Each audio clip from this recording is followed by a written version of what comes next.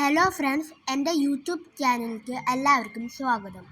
ഇന്ന് ഞങ്ങൾ പോകുന്നത് അതിരപ്പിള്ളിയിലെ സ്നോ സ്റ്റോമിക്കാണ്. ചാലക്കുടി അതിരപ്പിള്ളി റൂട്ടിൽ അതിരപ്പിള്ളി വെള്ളച്ചാട്ടത്തിന് മുമ്പാണ് സ്നോ സ്റ്റോം.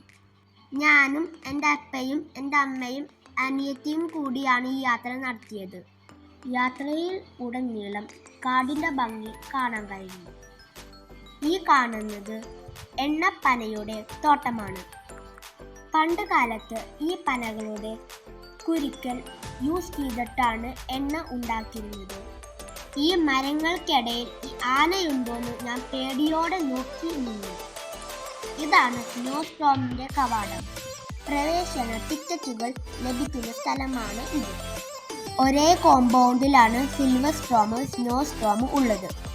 സ്നോ സ്റ്റോമിൻ്റെ പുറത്ത് പലതരത്തിലുള്ള കടകൾ ഉണ്ട്. ഫിഷ് പാ ചെയ്യാൻ ഉള്ളവർക്ക് അത് ചെയ്യാൻ ഉള്ള സൗകര്യവുമുണ്ട്. സ്നോ സ്റ്റോമിൻ്റെ ഉള്ളിൽ കടക്കാൻ സോക്സ് വേണം.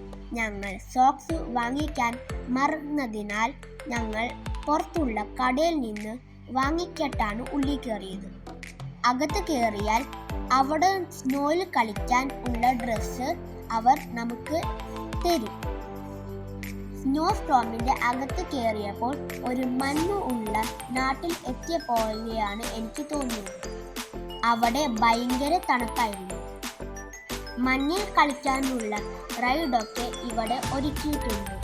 അന്റാർട്ടിക്ക പോലെയുള്ള മഞ്ഞ് വീഴുന്ന നാട്ടിലത്തെ മനുഷ്യർ നിർമ്മിക്കുന്ന ഇഗ്ലു പോലെയുള്ള വീട്ടിൻ്റെ മാതൃകയും ഇവിടെയുണ്ട്.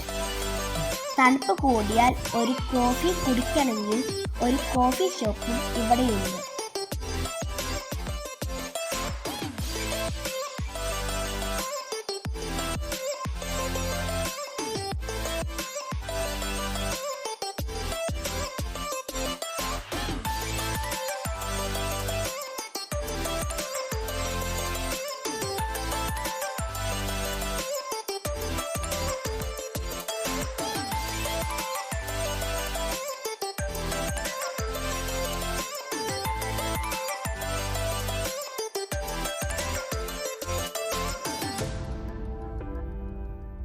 മുതിർന്നവർക്കും കുട്ടികൾക്കും കളിക്കാനുള്ള സ്ലൈഡുകൾ ഇവിടെയുണ്ട്.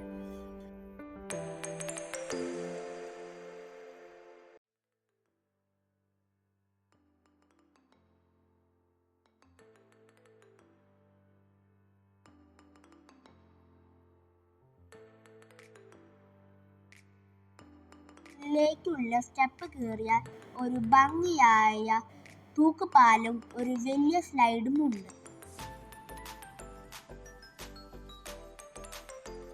തീരെ ചെറിയ കുട്ടികൾക്ക് കളിക്കാനുള്ള സ്ഥലം മുകളിലാണ് ഉള്ളത്. എൻ്റെ അനിയത്തി ദിയക്കുട്ടി അവിടെയാണ് കൂടുതൽ നേരം കളിക്കുന്നത്.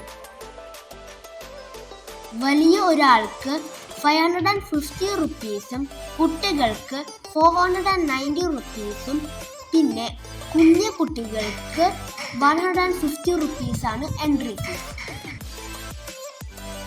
മഞ്ഞ് വീഴുന്ന കാഴ്ച ഇവിടെ കാണാൻ സാധിക്കും.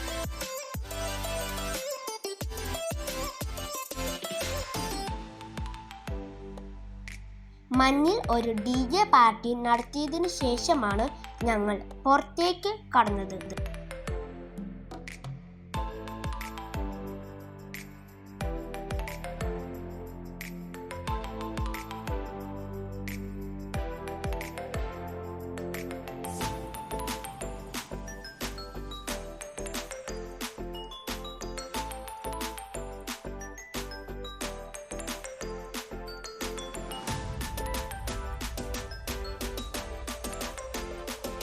ഒരു മണിക്കൂറിന് ശേഷം ഞങ്ങൾ സ്നോ സ്റ്റോമിൻ്റെ പുറത്തേക്ക് കടന്ന് ചാലക്കുടിക്ക് വീട്ടിലേക്ക് തിരിച്ചു.